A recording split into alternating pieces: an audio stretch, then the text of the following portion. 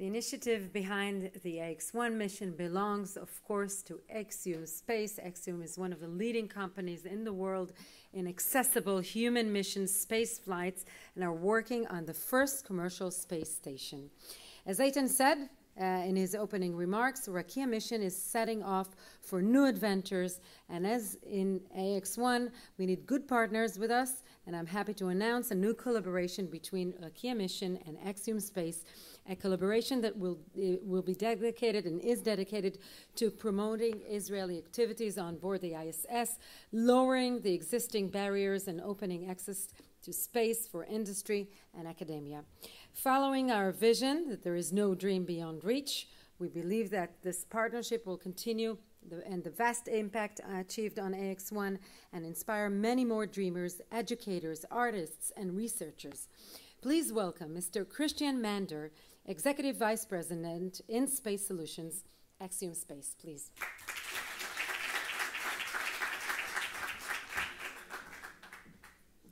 Wow, it is bright up here. All right, thank you for having me, and thank you for involving me in this mission. I think I first want to recognize Rakia for what it is, and it is, among many things, it is among demonstrating family to me in Israel, because I got the pleasure of meeting all of the Stibe family, and it's been personally wonderful to meet all of you and be a part of this. And it's exciting to be able to be here today to talk about what we did with this Rakia mission on AX-1 and what we're going to do with Rakia in the future. So I'm going to focus today about how Rakia and Axiom are creating new opportunities for Israel in space. And I want you to think about today as a new beginning and think of the AX-1 mission as a pilot project for what we can do in the future. Now I'm going to go find the clicker real quick because I don't have it.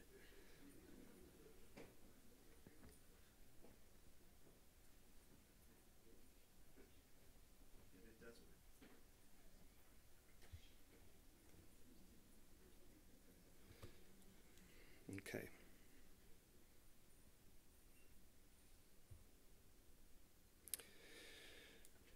So this picture is really memorable for me because it is the launch of the crew and the beginning of the mission, which represented a huge amount of work that we, Axiom, did to get that mission off the ground, and all of you did to get this mission together.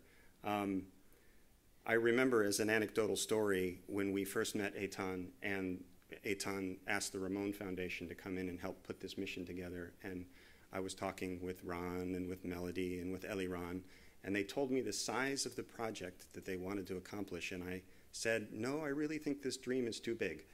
And it was really a challenge at first to figure out how we were going to fit all of the science that you got to do into this mission. And at the end, I think we did fit most of it, but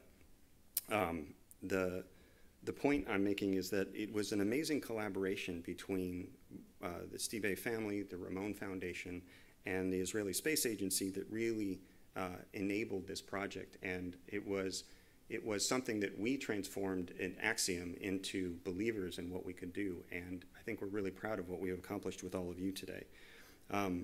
Dr. Levy mentioned going through the 9 levels of hell to get these projects to orbit. And let me tell you, if you were a scientist that had to get your project ready to go to orbit on this mission in such a short time frame, it was a big leap for everyone. It was a big leap for Axiom as a growing company.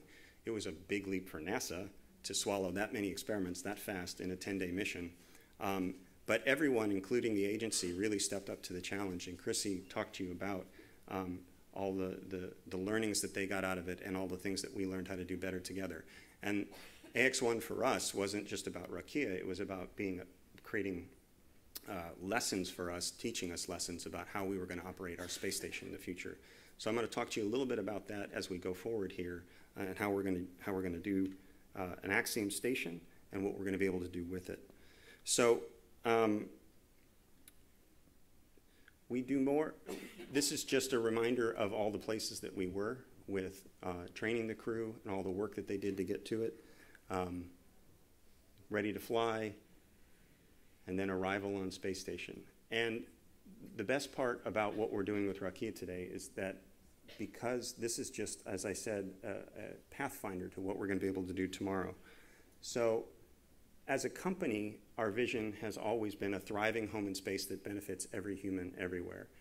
And the everywhere there is super important because it talks about the piece of work that means about putting hundreds of people, even thousands of people living and working in space, but it also means bringing the benefits of space back down to Earth. Dr. Barris talked about the value of microgravity, and that's really what Axiom is about. And so we're really focused on not only putting all of those people into space, but using it to improve life on Earth. And we're starting by building the world's first commercial space station. So we're going to do this in 3 phases. You're familiar with, obviously, the phase 1. We're in this phase right now with private astronaut missions and research and development on the ISS. This AX-1 mission was an amazing pathfinder, amazing example of what we can do with even just short missions to the space station. The second phase involves building the Axiom station at the International Space Station. We have been awarded the right to build our space station off the front of the International Space Station. The first piece of that space station should arrive sometime in late 2025. And the missions that we do leading up to that in phase 1 with these private astronaut missions are really pathfinders to a greater opportunity that a space station, new commercial space station creates. And then ultimately, when the ISS is ready to be retired, hopefully we have extracted as much science out of it as possible, we'll become a free flyer and operate as a commercial space station, continuing to provide services both to the countries that are using the International Space Station today, but really it's more about providing services to all of the countries that are not part of the International Space Station. And that brings us to why we're partnered carefully with Rakia Mission at this point, because we really want to open the aperture to all of the countries that have space ambitions and all of the elements, countries, academia, schools, and foundations in those countries that want a chance to do something in space as well. Our mission partners on AX-1 were diverse. I wanted to show you this just because it shows how international this flight was on AX-1 with institutions from the US and Canada and Israel, and really from a number of different countries. And we didn't even get a chance to talk about the science that Larry Connor and Mark Pathy brought to the table. All of it very important research that is answering questions about what it means to live and work in space. Mark got to do some really cool stuff. I wanted to show a couple pictures. I thought there were going to be more pictures of Eitan today, so I only put Mark and Larry in here. But I wanted to show a picture of Mark using a holoportation device where he actually brought people into the space station with him in this augmented reality space, and he actually ultimately what we're going to do is be able to bring the crew member back to the ground as well. And so you can imagine that interaction can become very important on longer duration missions, especially into the moon or Mars. Technology worked pretty well, and considering what we went through to get that all connected down to the ground, I'm glad it went well. This experiment was very important too. This was Larry doing stem cell work for the Mayo Clinic. And we were looking at a number of different aspects. This facility of all facilities, this life science glove box on the space station was supercharged and over time in terms of its use during the mission. But what's important about it is the questions that we're answering about what we can do. The young lady talking about her experience with leukemia, she may not know, but there were other projects on this flight that addressed different aspects of leukemia. And we are learning some interesting things about how to diagnose and treat that just from the very work that we've done on AX-1. So the work that Larry and the rest of the crew did to do this, though tedious maybe in terms of its implementation, was important in terms of its discovery.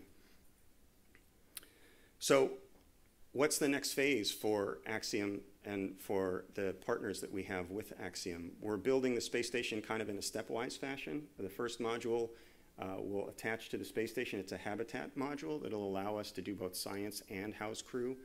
The second module is another habitat module, which will bring the crew number up to about 8 crew, and that's 8 in addition to what was already on the ISS today, along with additional experimentation space. And then the third piece of the space station will become a research and manufacturing module where we can really start utilizing the space station in its full capacity to do not just the continued research like we did on AX-1, but really start looking at in-space manufacturing applications as well. The final piece that will come up is what we call our power tower, and it really provides the thermal heat rejection capacity and the power generation capacity to really be an independent platform. This isn't just a paper project. These pictures are nearly a year old at this point, but they represent actual pieces of the space station being built right now. The first module is nearly complete in terms of its welding in Thales Alenia with our partner in Turin, and we'll be arriving in Houston this summer for our start of assembly and integration. Rather than tell you about it, I wanted to give you a little bit of a tour through our virtual reality, which is a tool that we use heavily at Axiom to really start figuring out how we're going to build the different human factors features for the space station. Mike, I don't know if you did this or not, but not very well. Yeah. But this is our habitat module. We're going through here. Behind these panels are crew quarters and environmental control systems, along with what will be galley and toilet and shower and those kinds of things. You can see the radial ports here where there's a place to attach additional modules and certainly visiting vehicles when they come up. The crew member who's translating through the module is going to work his way into the second habitat. Again, a mirror image of the first one we went through. So in addition to the sleeping quarters that you see that are in the space station, you also have a place for payloads to do work. Everything stows away behind these panels. The crew member, as they translate through here, is looking down into the research and manufacturing module, up into the power tower, and you can see an EVA suit or a spacewalk suit stowed up there, and then finally translates down into what we call the Earth Observatory. Now, if you thought lightning research in the cupola was cool, wait till you do it here. And this is going to be a really unparalleled opportunity to take view of the Earth and take view of the limb of the Earth. And it really gives you some perspective on how big this module will be. And it will be there for, obviously for fun, but a lot more for science and observation.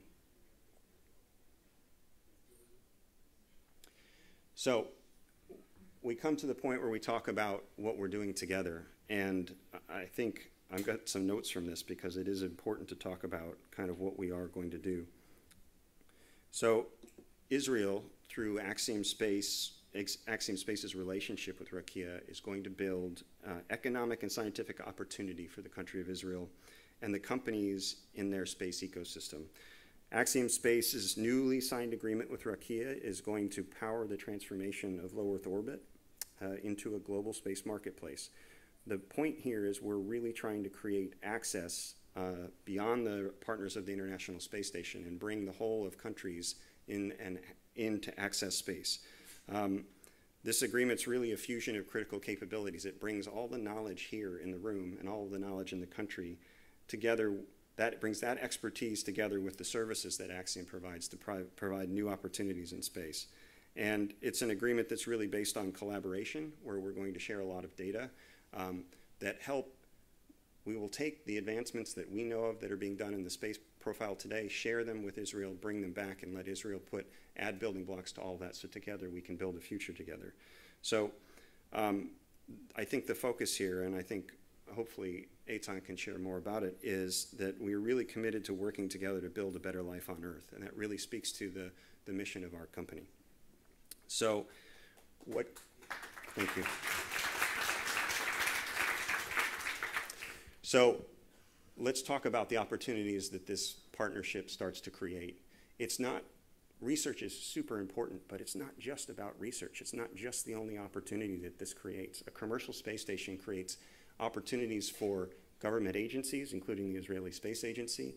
It creates new opportunities for private astronauts, whether they be private citizens like Eitan, or perhaps even a worker from a company that needs to go to conduct the research that needs to be done. Researchers and manufacturers get to use this for all sorts of different things, even just some of the things on the right. I'm not going to read them all to you. But great examples of some of the pathfinders that we already did on AX1 today are Moran's lenses and some of the things that we did with the tech development with NSLCom, and it just creates a lot of opportunities for that. We can power space exploration opportunities. We can create, as we talked today about some of the art that was done on work, we create opportunities for media, for filmmakers, and for STEM educators. And we create opportunities for both commercial and defense enterprise to use space in a more meaningful way. And ultimately, we're going to be able to use it as a platform to stage different missions directly from space. All of that opportunity is created as we build the space station, and now all of that opportunity is available to Israel as we go forward. So, in summary, and I'm just going to go back to this, Axiom Space is really trying to build history, and we want to do that with as many partners as possible. We're really building the human experience in space with the opportunities that we create to fly people to orbit. And we really build prosperity through opportunity, and that opportunity really is the access to microgravity and opening up that opportunity to as many people and as many entities as possible. So, in closing, we hope that as many of you continue to want to come build history with us, and I appreciate the opportunity to be here today and be a part of this. Thank you.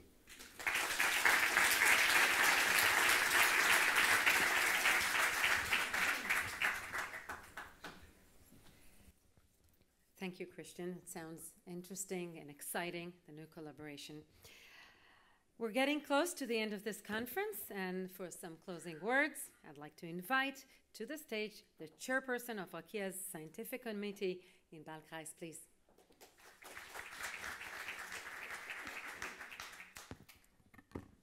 Thank you. Thank you, Christian. It is very important, the collaboration agreement. Impact. What is impact? What is the definition of the word impact? The dictionary describes impact as having a significant or major effect. Rakia Mission impact is highly significant. During this afternoon, we all heard a few excellent examples which highlighted this mission's impact. One of the prime examples of this included the introduction of challenges in the development in advanced manufacturing capabilities in space, such as creating an application of optical components and lenses within the space environment. This effort achieved grant from NASA's Innovative Advanced Concept Program, which support future missions technologies. Another excellent example with a future potential impact is the COTS capsule experiment, which facilitates the design, which protect off-the-shelf space-approved electronics under space radiation exposure. And there is also the Nissan experiment that is aimed to improving high bandwidth communication from space, which required to all future missions to be performed operational in near and also in deep space. And the list is quite long. From my personal experience during my day job as the head of innovation in the System, Missile and Space Division in Israel's space industry, I am simultaneously running several accelerating programs dealing with open and hybrid aerospace innovation challenges. From my personal experience, Rakia Technological Mission to the ISS set and defined a unique technological accelerating mode, faster, larger, and on top level global scale. And the collaboration with Axiom Space is highly important. Rakia Mission will continue to serve as a launchpad for international partnerships and collaborations dealing with diverse space exploration research areas. The growing interest in groundbreaking research areas and multidisciplinary approaches to space science continues to expand rapidly. This is the essence of our future missions, where we will continue to offer innovative and multidisciplinary insights to space exploration in order to contribute to a better and healthier world.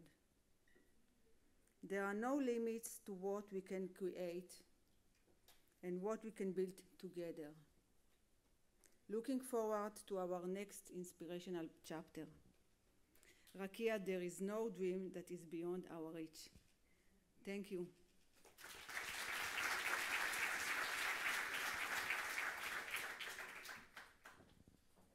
Thank you, Inbal. Thank you all for being here tonight. Mike, Larry, Eitan, and Mark. And special thanks to you, the research teams that participated in the Rakia Mission.